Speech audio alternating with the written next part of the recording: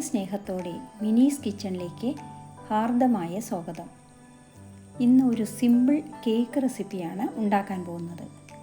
മുട്ട, പാൽ, ഓവൻ എന്നിവയില്ലാതെ നല്ല പഞ്ഞി പോലെ സോഫ്റ്റായ കേക്ക് ഉണ്ടാക്കാം. വീഡിയോയിലേക്ക് പോകുന്നതിന് മുമ്പ് നിങ്ങൾ ആദ്യമായിട്ടാണ് നമ്മുടെ ഈ ചാനൽ കാണുന്നതെങ്കിൽ ഒന്ന് സബ്സ്ക്രൈബ് ചെയ്ത് താഴെ കാണുന്ന ബെൽ ബട്ടൺ കൂടി ഇനേബിൾ ചെയ്യണേ. എന്നാലേ നമ്മളിടുന്ന വീഡിയോസിൻ്റെ തുടർ നോട്ടിഫിക്കേഷൻ നിങ്ങൾക്കുടനെ ലഭിക്കുകയുള്ളൂ. ഈ പ്ലെയിൻ കേക്ക് ഉണ്ടാക്കുന്നത് ഒരു കടായിലാണ്. ആദ്യം ഗ്യാസ് കത്തിച്ച് അടികനമുള്ള ഒരു പഴയ പാത്രം ഗ്യാസിൽ വയ്ക്കുക. ഇനി ഇതിലേക്ക് ഒരു സ്റ്റാൻഡ് വയ്ക്കുക. ഗ്യാസ് മീഡിയം ഫ്ലെയിമിൽ വെച്ച് 10 മിനിറ്റ് ചൂടാക്കുക. ഇനി പാത്രം അടച്ചു വയ്ക്കുക. ഈ സമയം നമ്മൾക്ക് കേക്ക് ടിന്നും കേക്ക് ബാറ്ററും തയ്യാറാക്കാം. അടുത്തതായി കേക്ക് ബേക്ക് ചെയ്യാനുള്ള ടിന്ന് സെറ്റ് ചെയ്യാം. കേക്ക് ടിൻ അല്ലെങ്കിൽ അടികട്ടിയുള്ള ചോറ്റുപാത്രമോ അല്ലെങ്കിൽ ഏതെങ്കിലും പാത്രമോ ഇതിനെടുക്കാം. ഈ പാത്രത്തിൽ നെയ്യ് അല്ലെങ്കിൽ എണ്ണ അപ്ലൈ ചെയ്യുക. അതിനുശേഷം ബട്ടർ പേപ്പർ വയ്ക്കാം. ബട്ടർ പേപ്പർ ഇല്ലെങ്കിൽ ലേശം മൈദ തൂവി എല്ലായിടത്തും കൈകൊണ്ട് തേച്ച് കൊടുക്കാതെ പാത്രം അങ്ങോട്ടും ഇങ്ങോട്ടും തിരിപ്പിച്ച് എല്ലായിടത്തും മാവ് പറ്റിപ്പിടിച്ച ശേഷം ബാക്കിയുള്ള മാവ് തൂത്തുകളയുക.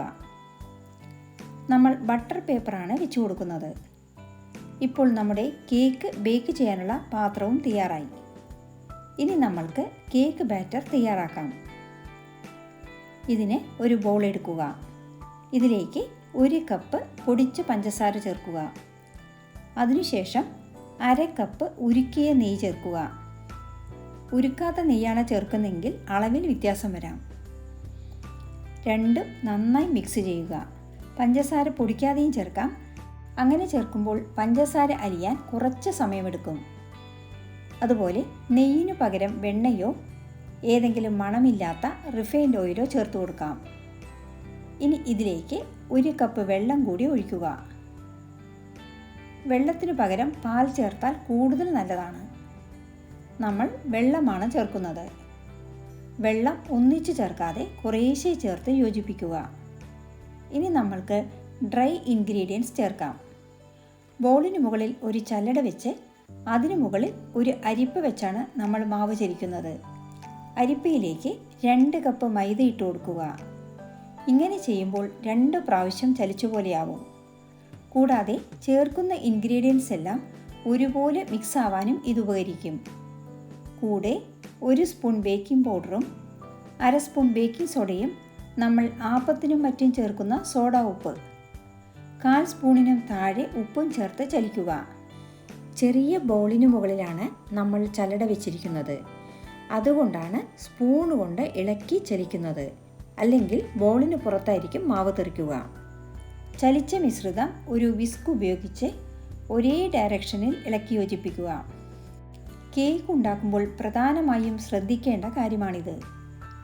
അല്ലെങ്കിൽ കേക്ക് നല്ലപോലെ പൊങ്ങി വരികയില്ല. നല്ലപോലെ മിക്സ് ചെയ്ത് ഇതെടുക്കണം. ഇനി ഇതിലേക്ക് 1 സ്പൂൺ വാനില എസൻസ് ചേർത്ത് കൊടുക്കാം. വാനില എസൻസിന് പകരം ഏലയ്ക്കപ്പൊടി ചേർത്താലും മതി.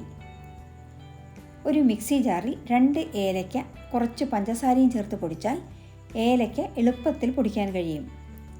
വിസ്ക് കൊണ്ട് ഒരേ ഡയറക്ഷനിൽ ഇളക്കണം. ഇനി ഇതിലേക്ക് 2 സ്പൂൺ വിനാഗിരി ചേർത്ത് കൊടുക്കുക. വിനാഗിരി ചേർക്കുന്നത് കേക്ക് പൊങ്ങി വരാനാണ്. ഇനി നിങ്ങളുടെ കയ്യിൽ വിനാഗിരി ഇല്ലെങ്കിൽ അതിനു പകരമായി നാരങ്ങാനീര് ചേർത്ത് കൊടുക്കാം. ഇനി നമ്മൾക്ക് കേക്ക് മിശ്രിതം ബേക്ക് ചെയ്യാനുള്ള ടിന്നിലേക്ക് ഒഴിച്ചു കൊടുക്കാം. കേക്കിൻ്റെ ബാറ്റർ റിബൺ പോലെ വീഴണം.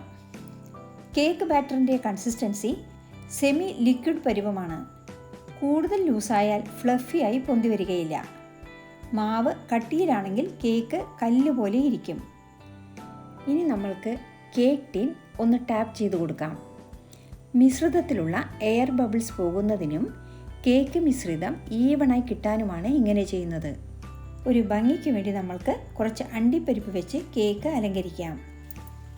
അണ്ടിപ്പരിപ്പിന് പകരം വാൾനട്ടോ ബദാമോ പിസ്തയോ മുന്തിരിങ്ങയോ ഏത് വേണമെങ്കിലും നിങ്ങളുടെ അഭിരുചിക്ക് അനുസരിച്ച് ചേർക്കാം. ഇനി ഇതൊന്നും ചേർക്കാതെയും കേക്ക് ഉണ്ടാക്കാം. ഇനി ഈ പാത്രം നമ്മൾക്ക് പ്രീഹീറ്റ് ചെയ്ത പാത്രത്തിലേക്ക് സൂക്ഷിച്ച് സാവകാശം കൈപൊള്ളാതെ ഉള്ളിൽ വയ്ക്കുക. അതിനുശേഷം അടച്ച് 45 മിനിറ്റ് മീഡിയം ഫ്ലെയിമിൽ വയ്ക്കുക. ഇനി ഇത് നിങ്ങൾക്ക് OTGയിലും ഉണ്ടാക്കാം. OTG 170 ഡിഗ്രിയിൽ 10 മിനിറ്റ് പ്രീഹീറ്റ് ചെയ്യുക. അതിനുശേഷം ഓവനിലേക്ക് കേക്ക് ടിന്ന് വെച്ച് 30 തൊട്ട് 35 മിനിറ്റ് വരെ ബേക്ക് ചെയ്തെടുക്കുക. ഓരോ ഓവനും അനുസരിച്ച് സമയത്തിൽ നേരിയ വ്യത്യാസം വരാം. 45 മിനിറ്റിന് ശേഷം തുറന്ന് ഒരു ടൂത്ത് പിക്ക് കൊണ്ട് കേക്ക് കുത്തി നോക്കിയാൽ ടൂത്ത് പിക്കിൽ കേക്ക് ബാറ്റർ പറ്റിപ്പിടിക്കുന്നില്ല എങ്കിൽ മനസ്സിലാക്കാം കേക്ക് കറക്റ്റായി വെന്തു എന്ന്.